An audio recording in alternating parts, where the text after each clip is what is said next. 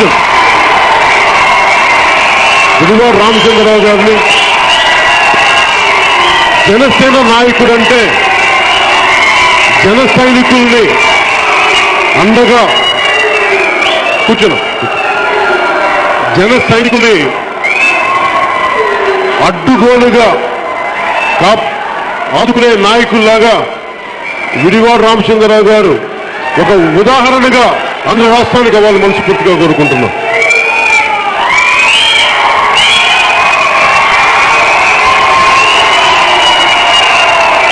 అలాగే ఏ అడుగు ఎంత సుదీర్ఘమైన ప్రయాణమైనా సరే ఒక్క అడుగుతోనే మొదలవుతుంది. ఒకే ఒక్క అడుగు. ఆ ఒకే ఒక్క అడుగు మా రోజాలు ఎమ్మెల్యే రాపాద్ గారు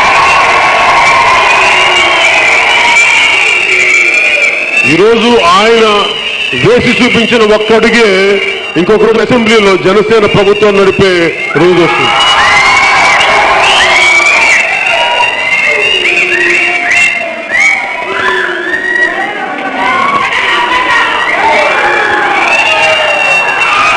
అలాగే నేను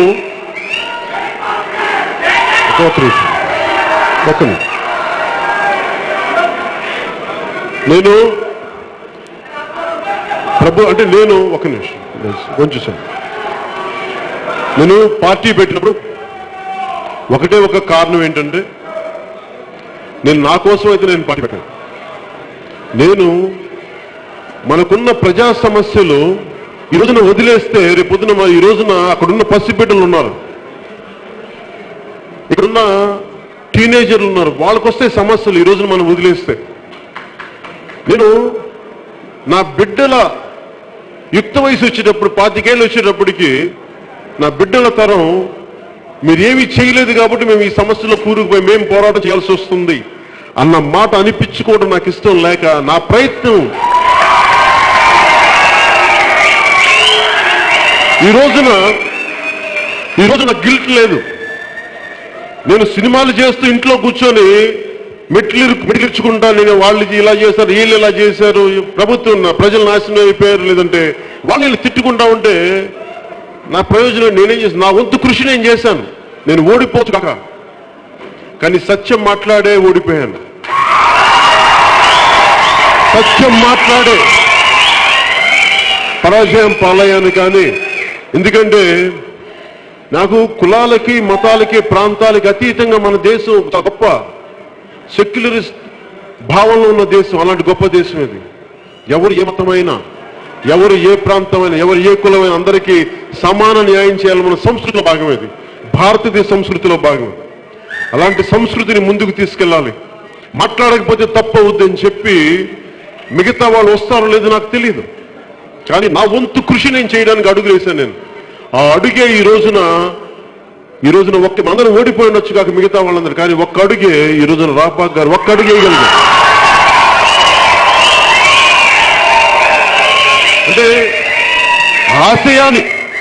ఆశయాన్ని తీసుకెళ్ళడం కూడా అంత కష్టం.